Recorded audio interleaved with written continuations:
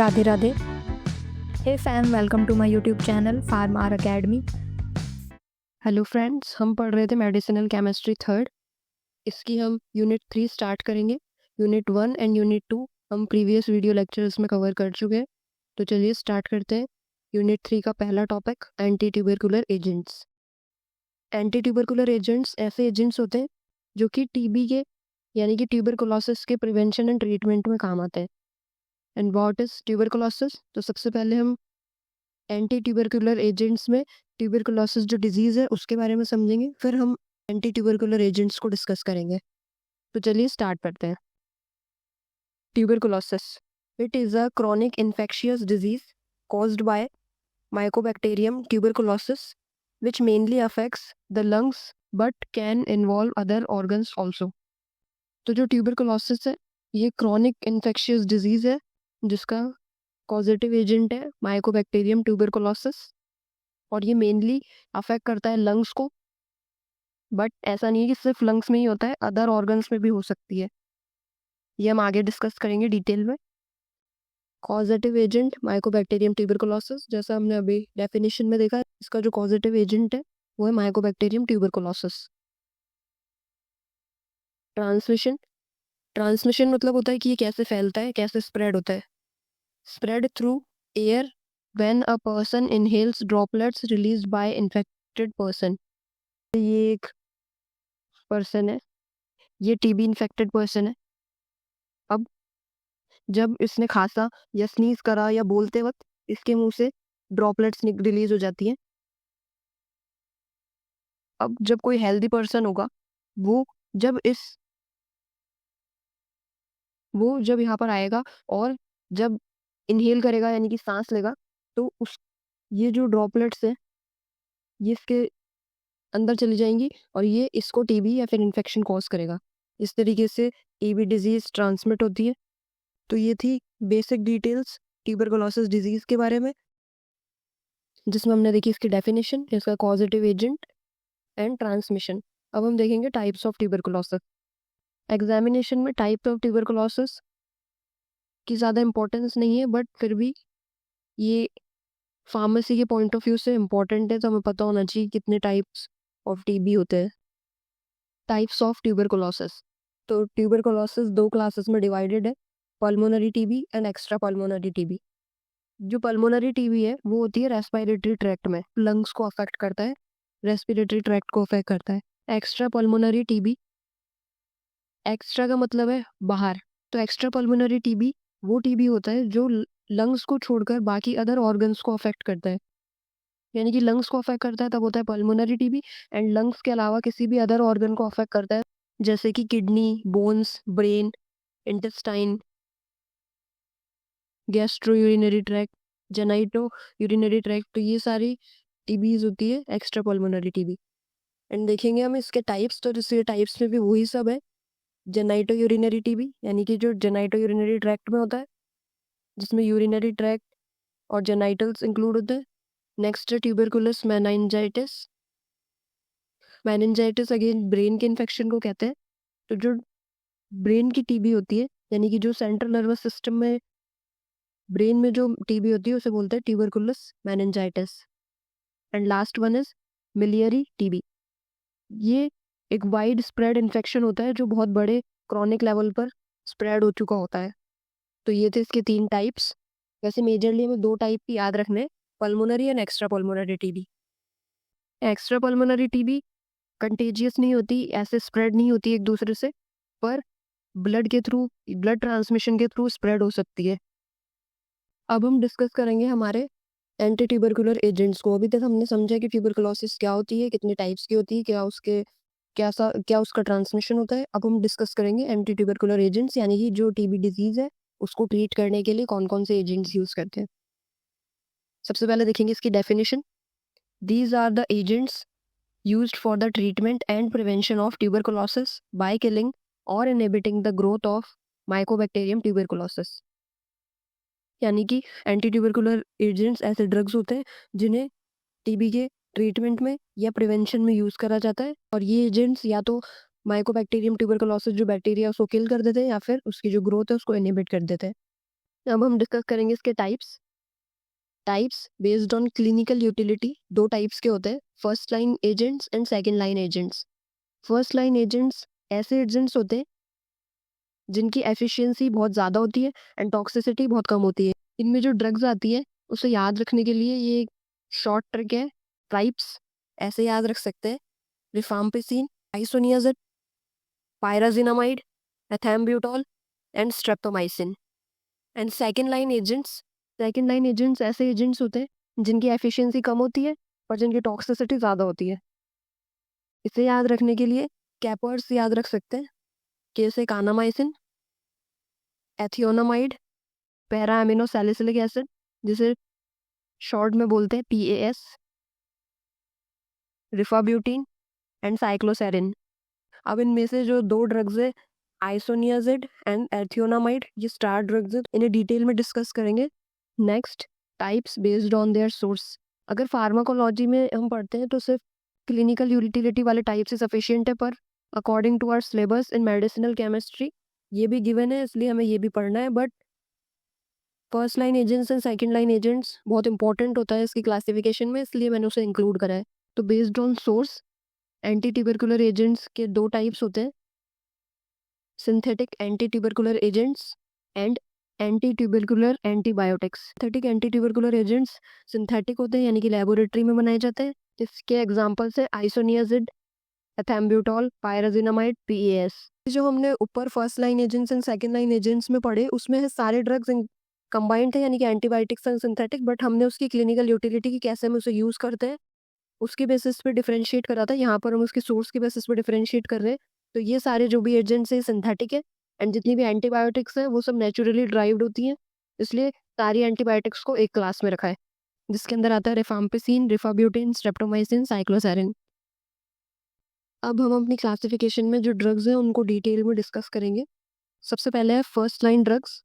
जो ड्रग्स थे वो थे ripes, rifampicin, isoniazid, pyrazinamide, ethambutol and streptomycin. तो सबसे पहला है रिफाम्पिसिन। इसका मैकेनिज्म ऑफ एक्शन देखेंगे, inhibits DNA dependent RNA polymerase, यानी कि जो DNA dependent RNA polymerase enzyme है उसे इनहिबिट करता है एंड RNA के सिंथेसिस को इनहिबिट करता है, ब्लॉक करता है। एंड जब RNA की सिंथेसिस इनहिबिट हो जाएगी तो जो प्रोटीन सिंथेसिस है वो भी रुक जाएगा एंड अल्टीमेटली बैक्टीरियोसिडल या बैक्टीरियोस्टैटिक इफेक्ट शो करेगा। रिफाम्पिसिन एंटीबायोटिक्स है, तो जितनी भी एंटीबायोटिक्स वाली क्लास है उनके स्ट्रक्चर हमने नहीं बनाए क्योंकि वो बहुत कॉम्प्लेक्स स्ट्रक्चर होते हैं, तो इसलिए एग्जामिनेशन में भी अवॉइड करे जाते हैं ये। बाकी आप देखना चाहे तो गूगल पे से या फिर बुक्स में से देख सकते हैं। इसके एडवर्स इफेक्ट्स, हेपेटोटॉक्सिसिटी यानी कि लिवर की टॉक्सिसिटी कॉज करता है, ऑरेंज रेड यूरिन यानी कि यूरिन का discolouration, fever and GI disturbance, enzyme induction. Next हमारा जो ड्रग है वो है आइसोनियाजिड। ये इसका स्ट्रक्चर है जिसमें जो मेन न्यूक्लियस है वो है पेरिडीन और इसके ऊपर जुड़ा हुआ है CO एंड NH2। ये जो ग्रुप है ये हाइड्रोजीन। इसका मैकेनिज्म देख लेते हैं, इनहिबिट माइकोलिक एसिड सिंथेसिस। जो आइसोनियाजिड है ये माइकोलिक एसिड के सिंथेसिस को प्रिवेंट करता है, इनहिबिट करता है। माइकोलिक एसिड जो है वो बैक्टीरियल सेल वॉल का एक असेंशियल इंग्रेडिएंट होता है। जब उसका ही सिंथेसिस रुक जाएगा तो जो सेल वॉल का सिंथेसिस है वो भी इनहिबिट हो जाएगा एंड अल्टीमेटली जब सेल वॉल ही नहीं रहेगा तो सेल डेथ हो जाएगी, यानी कि बैक्टीरियोसिडल इफेक्ट शो करेगा। और यहाँ पर सेल कौन सा है, माइकोबैक्टीरियम ट्यूबरकुलोसिस जो बैक्टीरिया है उसका सेल। आइसोनियाजिड के एडवर्स इफेक्ट्स देख लेते हैं। फर्स्ट है साइकोसिस या सिजर्स। सिजर्स मतलब दोहरे कह सकते हैं। Peripheral neuropathy. पेरिफेरल न्यूरोपैथी का मतलब होता है पेरिफेरल नर्व्स का डैमेज होना। पेरिफेरल नर्व्स वो नर्व्स होती हैं जो ब्रेन और स्पाइनल कॉर्ड के बाहर होती हैं। एंड नेक्स्ट हेपेटोटॉक्सिसिटी यानी कि लिवर की टॉक्सिसिटी कॉज करता है। नेक्स्ट हमारी जो ड्रग है वो है पायराजिनामाइड। ये इसका स्ट्रक्चर है, जो आइसोनियाजाइड है उसमें जुड़ा हुआ था CONH NH2, बट यहाँ पर थोड़ा सा चेंज हो जाता है, यहाँ पर एक NH हट जाता है और इसके अंदर इंक्लूड हो जाता है 1,4 पोजीशन पर। तो यानी कि इसमें जो मेन न्यूक्लियस होता है इसके अंदर 2 नाइट्रोजन होते हैं एंड जो ग्रुप जुड़ा हुआ होता है वो होता है CONH2। इसका मैकेनिज्म देख लेते हैं। पायराजिनामाइड एक प्रो ड्रग है, यानी कि इनएक्टिव फॉर्म में जाती है एंड एक्टिव फॉर्म में कन्वर्ट होती है एंड देन अपना एक्शन शो करती है। तो पायराजिनामाइड बैक्टीरियल सेल के अंदर जाकर पायराजिनोइक एसिड में कन्वर्ट हो जाती है एंड देन ये एसिडिक पीएच में एक्टिव हो जाती है, एंड जब ये एक्टिव हो जाती है तो एनर्जी मेटाबॉलिज्म जो है या जो बैक्टीरिया के जो इंपॉर्टेंट वाइटल फंक्शंस है उनको जाकर डिस्टर्ब करती है। जब उसके वाइटल यानी कि एसेंशियल फंक्शनिंग नहीं होगी तो जो सेल है वो डैमेज हो जाएगा। एडवर्स इफेक्ट्स देख लेते हैं। Hepatotoxicity and hyper uricaemia. Hyper uricaemia होता है जब ब्लड में यूरिक एसिड का जो लेवल है वो बढ़ जाता है। नेक्स्ट जो ड्रग है वो है एथेम्ब्यूटॉल। ये इसका स्ट्रक्चर है, बहुत कॉम्प्लेक्स नहीं है, जस्ट ये याद रखें कि यहाँ तक जो इसका स्ट्रक्चर है वो याद रखना है। C2H5 CH NH CH2 and यहाँ पर जो CH है सेकेंड पोजीशन पे, इस पे जुड़ेगा CH2OH। एंड ये जो यहाँ तक का स्ट्रक्चर है वो ही जस्ट इधर इसकी मिरर इमेज बनी हुई। इसका मैकेनिज्म देख लेते हैं। Inhibit arabinogalactan synthesis in cell wall, यानी कि जो बैक्टीरियल सेल वॉल है उसके अंदर एराबिनोगैलेक्टन एक कंपोनेंट होता है, उसको उसके सिंथेसिस को इनहिबिट कर देता है एंड सेल वॉल का जो स्ट्रक्चर है उसको वीकन कर देता है and ultimately bacteriostatic effect show करता है, यानी कि जो बैक्टीरिया उसकी ग्रोथ को इनहिबिट कर देता है। इसके एडवर्स इफेक्ट्स देख लेते हैं। Optic neuritis. ऑप्टिकल न्यूराइटिस का मतलब होता है जो ऑप्टिकल नर्व्स है उसमें इन्फ्लेमेशन होना। लॉस ऑफ विजुअल एक्यूटी, यानी कि जो विजन है उसको ब्लर कर देता है, जो एक्यूरेसी है विजन की उसको कम कर देता है। रेड ग्रीन कलर ब्लाइंडनेस, यानी कि कलर ब्लाइंडनेस कॉज करता है ये। तो इसके जितने भी एडवर्स इफेक्ट्स है वो डायरेक्टली आई को ही टारगेट करते हैं। नेक्स्ट है स्ट्रेप्टोमाइसिन। स्ट्रेप्टोमाइसिन का स्ट्रक्चर हम पहले भी डिस्कस कर चुके हैं एंटीबायोटिक्स में, आप वो वीडियो लेक्चर्स देख सकते हैं इसके लिए। इसका मैकेनिज्म देखेंगे। Binds to 30S ribosomal sub unit, यानी कि 30S राइबोसोमल सब यूनिट से जाकर बाइंड होता है and then misreading of RNA cause करता है and due to this ultimately inhibits protein synthesis and जब प्रोटीन सिंथेसिस इनहिबिट हो जाएगा तो बैक्टीरियोसिडल इफेक्ट शो करेगा, यानी कि बैक्टीरिया को किल कर देगा। इसके एडवर्स इफेक्ट्स देख लेते हैं। डीफनेस, यानी कि बहरापन। नेफ्रोटॉक्सिसिटी, यानी कि किडनी की टॉक्सिसिटी कॉज करता है and vestibular dysfunction. Vestibular dysfunction का मतलब होता है बैलेंस सिस्टम खराब हो जाना, पेशेंट को चक्कर आने लग जाते हैं। नेक्स्ट हम डिस्कस करेंगे सेकेंड लाइन ड्रग्स, जिसमें फर्स्ट है कानामाइसिन। कानामाइसिन का जो मैकेनिज्म है वो बिल्कुल सेम है स्ट्रेप्टोमाइसिन के मैकेनिज्म पे। Binds to 30S ribosomal subunit, inhibit protein synthesis and ultimately shows bactericidal effect. इसके एडवर्स इफेक्ट्स देख लेते हैं। नेफ्रोटॉक्सिसिटी, यानी कि किडनी की टॉक्सिसिटी क्रिएट करता है एंड ओटोटॉक्सिसिटी। सेकेंड है एथियोनामाइड। ये इसका स्ट्रक्चर है, ज़्यादा कॉम्प्लेक्स नहीं है, इसको याद रखने का तरीका है एथ यानी कि C2H5, देन थायो यानी कि sulphur group, then amide group, यानी कि C से हमारे कार्बन से एक सल्फर यानी कि थायो ग्रुप, एक अमाइड ग्रुप जुड़ा हुआ है एंड ये जो पूरा स्ट्रक्चर है ये जुड़ा हुआ है पिरीडीन से। पिरीडीन इसका बेसिक न्यूक्लियस है एंड इसकी सेकंड पोजीशन पे जुड़ा हुआ है एथ यानी कि C2H5। इसका मैकेनिज्म देख लेते हैं। Inhibit mycolic acid synthesis, again हम पहले डिस्कस कर चुके हैं आइसोनियाजिड में, सेम वही मैकेनिज्म है। माइकोलिक एसिड का सिंथेसिस इनहिबिट कर देता है एंड देन सेल वॉल जो है बैक्टीरिया की वो वीकन हो जाती है and ultimately shows bacteriostatic effect. इसके एडवर्स इफेक्ट्स देख लेते हैं। Hepatotoxicity, GI disturbance and metallic taste. Next हमारा जो ड्रग है वो है PAS, जिसकी फुल फॉर्म है पैरा अमीनो सैलिसिलिक एसिड। ये इसका स्ट्रक्चर है, इसका बेसिक न्यूक्लियस है बेंजीन। अब पैरा पोजीशन पर एमिनो ग्रुप जुड़ा हुआ है, तो जो हमारा फर्स्ट जो नंबरिंग है वो यहाँ से शुरू होती है COOH, ये 1 है, इसके बाद 2, 3 एंड 4, ये ऑर्थो, ये मेटा, ये पैरा। तो पैरा पोजीशन पर NH2 ग्रुप जुड़ा हुआ है। Para amino and salicylic acid का ये स्ट्रक्चर होता है। इसका मैकेनिज्म देख लेते हैं। पाबा एंटागोनिस्ट। PAS जो है वो पाबा एंटागोनिस्ट है, यानी कि पाबा के अगेंस्ट काम करता है ये। कैसे? हमारी फॉलेट सिंथेसिस पाथवे होता है जिसके अंदर फॉलिक एसिड या फिर फॉलेट कोफैक्टर बनता है, जिसके अंदर इनिशिएटिंग कंपाउंड होता है pteridine plus PABA, para amino benzoic acid. ये दोनों रिएक्ट करके बनाते हैं डाईहाइड्रो फॉलिक एसिड, जिसके बाद अल्टीमेटली पाथवे चलता है एंड अल्टीमेटली लास्ट में बन जाता है फॉलेट कोफैक्टर या फॉलिक एसिड भी कह सकते हैं। तो अब PAS क्या करता है? टेरिडीन और पाबा जब रिएक्ट करते हैं तो इस पाथवे को रोकने के लिए, क्योंकि फॉलिक एसिड जो है वो एसेंशियल है बैक्टीरिया के लिए, अब इस पाथवे को रोक देंगे हम तो उसे फॉलिक एसिड नहीं मिलेगा। तो इस पाथवे को रोकने के लिए हम देते हैं PAS, para amino salicylic acid. ये यहाँ पर एक्ट करता है, ये मिमिक करता है पाबा को, यानी कि पाबा जैसा दिखता है एंड पाबा की जगह पे पाबा से कॉम्पीट कर कर ये खुद आ जाता है पाबा की जगह। तो टेरिडीन और PAS रिएक्ट करते हैं तो आगे ये जो पाथवे है ये रुक जाता है और अल्टीमेटली फॉलिक एसिड या फोलेट कोफैक्टर नहीं बनता। PAS mimics and compete with PABA, inhibit folic acid synthesis, and folic acid की सिंथेसिस को जब इनहिबिट कर देगा तो अल्टीमेटली बैक्टीरियोस्टैटिक इफेक्ट शो करता है। इसके एडवर्स इफेक्ट्स देख लेते हैं। नॉजिया, डायरिया, यानी कि ये GI डिस्टर्बेंस क्रिएट करता है। And second is hyper sensitivity. इसका मतलब होता है किसी भी ड्रग के अगेंस्ट बॉडी का ज़्यादा रिएक्शन देना, बॉडी उसके अगेंस्ट ज़्यादा रिएक्ट करती है। नेक्स्ट हमारा ड्रग है रिफाब्यूटिन। हमने फर्स्ट लाइन ड्रग्स में जो हमारा फर्स्ट ड्रग पढ़ा था वो था रिफाम्पिसिन एंड ये है रिफाब्यूटिन। ये दोनों के नेम में रिफा इज कॉमन, तो ये दोनों सेम क्लास रिफामाइसिन से बिलोंग करते हैं, तो इनका जो मैकेनिज्म है वो भी बिल्कुल सेम होता है। दोनों ड्रग्स हैं अलग बट जिनकी जो क्लास है वो सेम है, इनका जो मैकेनिज्म है वो सेम है। It inhibits DNA dependent RNA polymerase.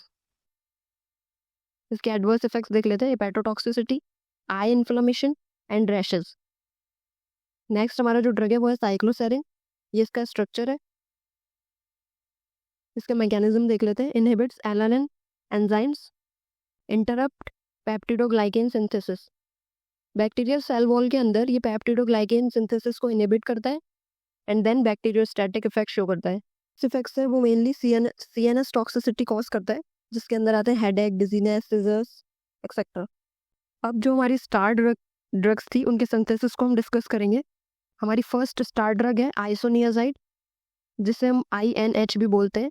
INH की फुल फॉर्म होती है आइसोनिकोटिनिक एसिड हाइड्राजाइड। अब इसे ऐसा क्यों बोलते हैं ये हम इसके सिंथेसिस में डिस्कस करेंगे। ये इसका स्ट्रक्चर है, जिसका बेसिक न्यूक्लियस है पिरिडीन, इससे जुड़ा हुआ है कार्बन, ऑक्सीजन, NH, NH2। अब कई बार इसका SAR भी पूछ लेते हैं, तो आपको सेपरेटली लिखने की जरूरत नहीं है, पर अगर एग्जामिनेशन में पूछते हैं तो आप इसे इस तरीके से लिख सकते हैं कि पिरिडीन न्यूक्लियस जो है वो एसेंशियल है इसकी एक्टिविटी के लिए। हाइड्राजाइड के अंदर जो सेकंड नाइट्रोजन है उससे 2 हाइड्रोजन ग्रुप जुड़े हुए हैं, अगर इसे हम एल्काइल ग्रुप से रिप्लेस कर देते हैं तो इसकी जो एक्टिविटी है वो कम हो जाती है। एंड अगर फर्स्ट नाइट्रोजन से जो हाइड्रोजन जुड़ा हुआ है अगर इसे हम एल्काइल ग्रुप से रिप्लेस कर देते हैं तो इनएक्टिव कंपाउंड का फॉर्मेशन होता है। इसका सिंथेसिस देख लेते हैं। इसके सिंथेसिस में जो इनिशिएटिंग कंपाउंड है वो है 4 मिथाइल पिरिडीन, यानी कि ये हमारा पिरिडीन बेसिक न्यूक्लियस है एंड इसकी 4th पोजीशन पर मिथाइल ग्रुप जुड़ा हुआ है। अब इसकी हम करवाएंगे oxidation in the presence of KMnO4 potassium permanganate. Then जो ये मिथाइल ग्रुप है ये कन्वर्ट हो जाएगा कार्बोक्सिलिक एसिड में एंड जो कंपाउंड है वो बन जाएगा आइसोनिकोटिनिक एसिड। अब इसे रिएक्ट करवाएंगे हम in the presence of alcohol and sulphuric acid. Then यहाँ पर जो H है इसको रिप्लेस करके यहाँ पर जुड़ जाएगा C2H5 एंड H2O रिलीज हो जाएगा। देन इसे हम रिएक्ट करवाएंगे हाइड्राजीन से। हाइड्राजीन होता है NH2NH2। अब जो ये हाइड्राजीन है ये यहाँ पर आ जाएगा एंड जो हमारा कंपाउंड है वो बन जाएगा पिरिडीन CONH NH2। ये जो हमारा स्ट्रक्चर था वो था आइसोनिकोटिनिक एसिड एंड जब आइसोनिकोटिनिक एसिड से हाइड्राजाइड ग्रुप जुड़ जाएगा, ये वाला पूरा ग्रुप CONH NH2, देन जो हमारा कंपाउंड है वो बन जाएगा आइसोनिकोटिनिक एसिड हाइड्राजाइड, इसीलिए इसे INH भी बोलते हैं। नेक्स्ट हमारा जो स्टार ड्रग है वो है PAS, para amino salicylic acid. ये इसका स्ट्रक्चर है जिसे हम पहले भी डिस्कस कर चुके थे। ये इसकी फर्स्ट पोजीशन है, तो यानी कि नंबरिंग यहाँ से शुरू होगी, तो ये होगी ऑर्थो, ये होगी मेटा एंड ये होगी पैरा पोजीशन। तो पैरा पोजीशन से NH2 ग्रुप जुड़ा हुआ है, यानी कि एमिनो ग्रुप जुड़ा हुआ है, इसीलिए इसको बोलते हैं पैरा एमिनो सैलिसिलिक एसिड। इसका सिंथेसिस देख लेते हैं, बहुत ही सिंपल है। इनिशिएटिंग कंपाउंड है 3 नाइट्रोफिनॉल, यानी कि ये हमारा फिनॉल ग्रुप है। इसकी first, second and third position से नाइट्रो ग्रुप जुड़ा हुआ है। इसे CO2 की प्रेजेंस में रिएक्ट करवाएंगे तो ये बन जाएगा 3 नाइट्रो सैलिसिलिक एसिड, यानी कि यहाँ पर जो है COOH यानी कि कार्बोक्सिलिक ग्रुप जुड़ गया अब इसका हम रिडक्शन करवाएंगे इन द प्रेजेंस ऑफ निकल। तो रिडक्शन जब होगा तब ये जो NO2 ग्रुप है ये जो ऑक्सीजन है इसके साथ ये रिप्लेस हो जाएगा हाइड्रोजन से एंड बन जाएगा NH2 एंड जो हमारा कंपाउंड है वो बन जाएगा पैरा एमिनो सैलिसिलिक एसिड, यानी कि पैरा पोजीशन पर एमिनो ग्रुप जुड़ जाएगा बाय रिप्लेसिंग नाइट्रो ग्रुप। तो ये थे हमारे anti tubercular agent. If you found this video helpful then please like and share, and if you have any doubts you can ask me in the comment sections. Thanks for watching. Subscribe for more such videos.